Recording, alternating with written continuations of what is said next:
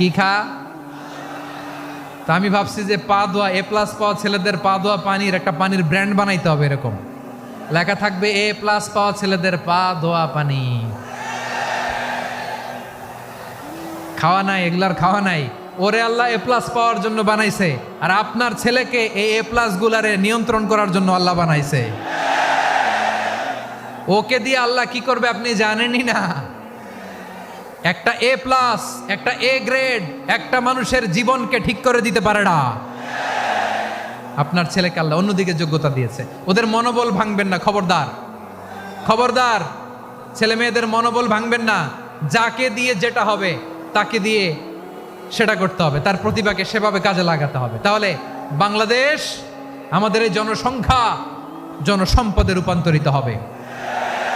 আমাদের সরকারের তত্ত্বাবধানে আমাদের 18 কোটি জনগণ দক্ষ জন